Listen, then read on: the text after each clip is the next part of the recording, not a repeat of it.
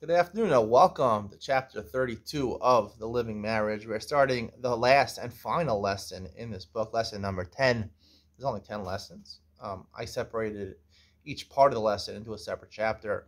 Lesson 10 is called Understanding the Evil Inclination. There's 5 parts to this. The first part I'll do today is the introduction, which consists of a mere page, one page, half a page, but I'm not going to break my rules. I will dedicate an entire lecture. I'm not going to go for a half an hour like I usually do because there's not too many words on this page. Introduction to this topic of being careful of the Yetzer Hara, right, invading the privacy of your bedroom. So he starts with the topic of the evil inclination is multifaceted and well beyond the scope of this book, which will focus on only one of its small branches, taiva.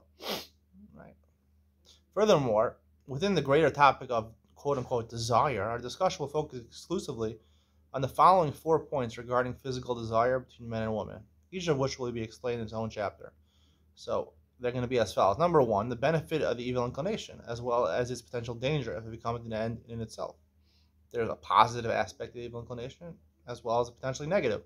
2, how the evil inclination needs to be used properly with intimacy, right? So one time we understand that the Yetzer Hara is a good for certain things in the bedroom. How do you use it properly? Number 3, the additional challenge and state of impurity that was introduced to man and the entire creation after Adam Arishon ate from the tree of knowledge. Right? Apparently, the author understands that eternal sin, that sounds like Christianity over here, that once Adam Arishon sins, there's greater tumah in the world.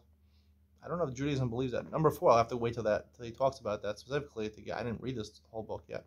4, how to achieve a proper approach to intimacy after we have been exposed to the terrible effects of the sin of Adam and Chava and Gan Eden. Once we know that there's original sin, like Christianity teaches us,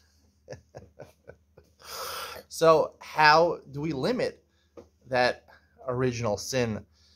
And we shouldn't be affected by it so greatly. So that's the entire introduction over here. The next page is number 1, 2 faces of the evil inclination. I didn't see any of what he writes about the Yetzer Hara and the bedroom.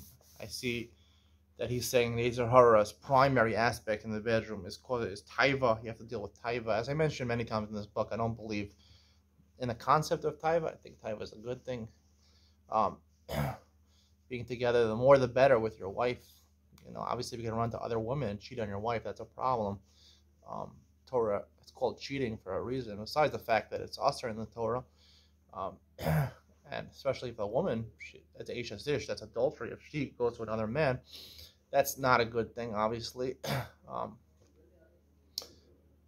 But I know for a married couple, the more the better. Like you said at the end of the chapter, last chapter, he said the stipler told someone who's too careful in the bedroom. He said, instead of being together once a week at chatzos, and doing it for 1 second and then being over with it, increase to 3 or 4 or even more times a week and have kissing and hugging, which I would hope the custom teacher would have taught him about foreplay, but not everyone does, apparently.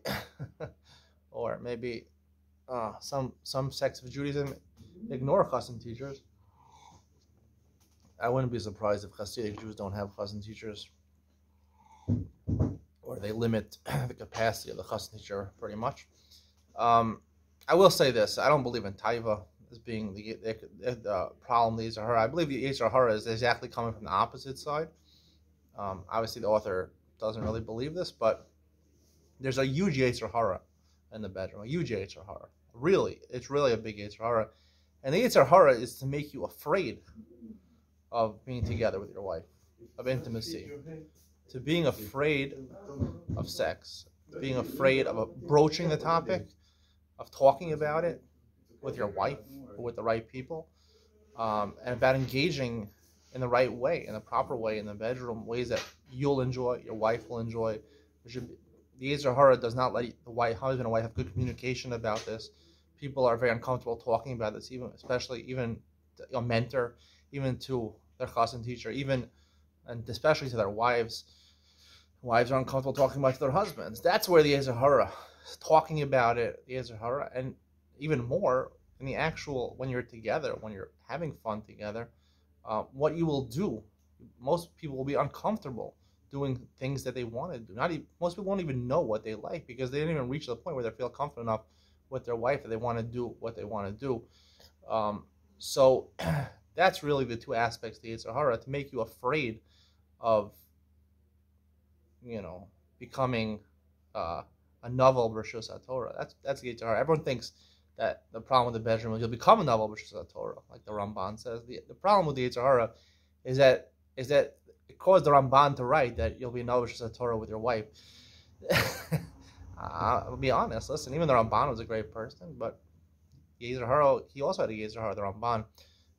Even though the Gemaras seem to indicate you have to be kafok, shade, one of the big Tanoim, the way he would act with his wife is as if a demon forced him into the act.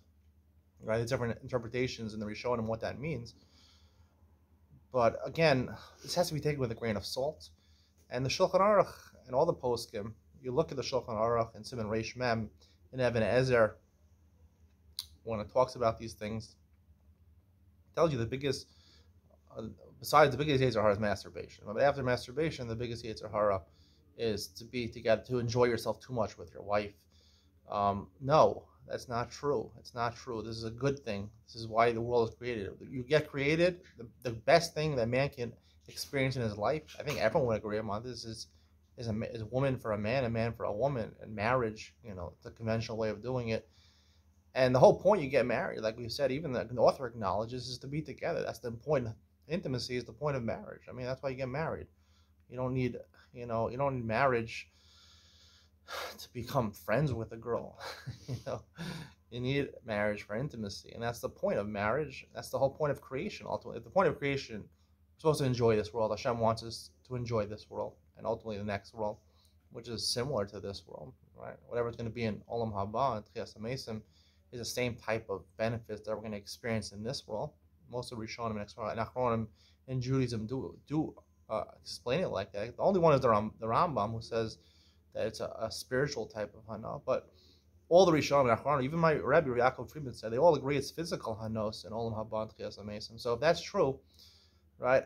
Unfortunately, you hear all the Musar Sfarim telling you to learn Torah in Olam Haba. They say, what's Olam Haba? Olam Haba is they give you a stender, they give you a Gemara, and they give you a candle. And the people that love learning, they love Olam Haba, ad infinitum. And the people who don't like to learn, because they never learned in this world, they hate it. Right? What about the woman?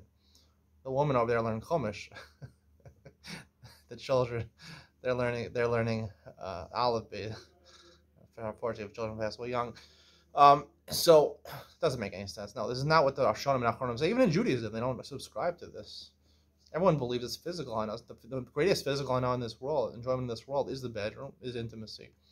So the whole point of creation and Olam Haba and Tchias HaMesim, according to the main Jewish figures, the prominent Jewish rabbis over the generations, is to be together with a woman and to get married to a woman and to be together with a woman. That's the point of marriage. So the biggest Yetzer Hara is to tell you, stop, wait a second, think about it. It's not good. Limit yourself. Let's make a balance between taiva and making my wife happy, right? Only those two considerations. I'll have to go halfway to make my wife happy, halfway to pull back so I shouldn't engage too much taiva. No, the balance should be between how much enjoyment is for you and how much enjoyment is your wife, right? Half of the time you should be enjoying it, and half of the time your wife should be enjoying it. I mean, there's certain times you can both enjoying it together, but it has to be a balance between the husband and wife, because there's certain things the man likes more, certain things the woman likes more. Unfortunately, the way Chassan teachers teach you, and the way the Sfarim seem to indicate, is that you're doing it as a service for your wife. And the Shulchan Aruch writes, you're doing it like a priyas chov. You're paying off a debt to your wife, only mitzvah ona, and you should look at it like paying off a debt. No one likes to go into the debt and have to pay back money. It's a terrible thing, to become a slave to a person that you owe money to. So it's a terrible thing. So the Shulchan Aruch says that's the way you're supposed to look at it. It's that the Yetzer Hara that forces Shulchan Aruch to write that. I'm a chutzpah to say such a thing, I'm brazen such a thing, to say that Shulchan Aruch had the Yetzer Hara affect him when he wrote it. But yes, that's my opinion. The opinion is the Yetzer Hara has the most knisa, the most entrance into the holiest type of thing. And the holiest type of thing is to enjoy the bedroom as much as possible. And the Yetzer Hara tries to tell you, no, you're not supposed to. It's taiva, like the author writes over here. It's taiva. That's the Yetzer Hara. No, the Yetzer Hara is telling you it's taiva. He's telling you it's desire, it's lust, and desire to be together with your wife. No. Yes, if you go ahead and you run around and you're promiscuous out of the boundaries of marriage, I don't think it's the greatest thing. I don't know if there's anything inherently wrong with it. Obviously, to be with a panuya is asur midrabanan according to Chazal, but there's different types of relationships the Torah says is okay, like chuppah and eris and in kedushin. Talk about a different time. But the real point is that you shouldn't be afraid of this topic. You shouldn't be afraid to discuss it, not just with a mentor, but also with your wife. And you should try to figure out the way you can enjoy it the most with your spouse as much as possible, both in speaking about it beforehand and actually during the process, and try to increase it as much as possible. And Yetzer Hara, which tells you to avoid it as much as possible, that's the real Yetzer Hara over here. We'll talk more about this going forward, but that's my true opinion. Yetzer Hara, the real Yetzer Hara, is telling you that it is a type, that there is a Yetzer Hara telling you to enjoy it too much. It's exactly the opposite. Yetzer Hara scares you into not enjoying it when you should be enjoying it and using your best abilities to enjoy it as much as possible. I'm sorry for the disturbance in the background when these people come in. Don't care that I'm giving the most important share in the world. Hopefully you enjoyed. See you in the next one.